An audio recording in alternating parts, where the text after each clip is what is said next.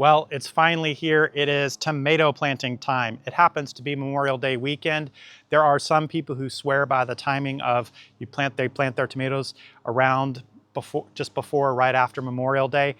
I will tell you that I am not doing that on purpose. The timing just worked out that way for me this year, and maybe it does work out that way a lot for people, and that's why that timing has become known here in the Pacific Northwest among various gardeners. But for me, if you've watched my prior videos, I've suggested that those of you who are planting it in the ground will probably be okay, could plant these in the ground probably a couple weeks ago, that things could work out, and that I might even have planted them in a couple of weeks ago if I just had the space set up. So I've had them hardening off outside for a couple of weeks now. So this timing is serendipitous, that it coincides with kind of the wisdom that you hear often in the Pacific Northwest of planting in and around Memorial Day.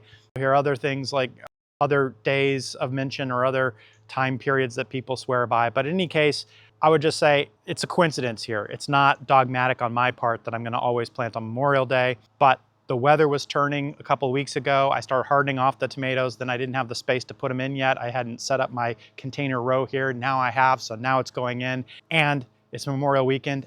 And this is the second of a couple 80-degree days we've had this week.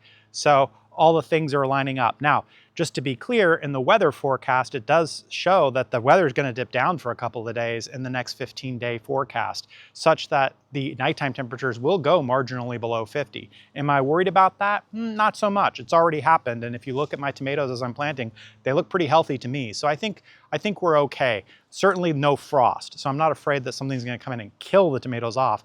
The question would be, with the nighttime temperatures being low, are they getting stunted? Are they getting slowed down? Would I have a better result if I just waited a little longer, maybe till June? I think these things are very hard to tell because there's so many environmental factors that go into when you plant. It's hard to do a true with and without test on that kind of thing. So we're going to get into it and plant out these tomatoes. Now, what you'll see in terms of my process and what I'm doing, I'm putting in a single stake in the middle, hoping that'll work.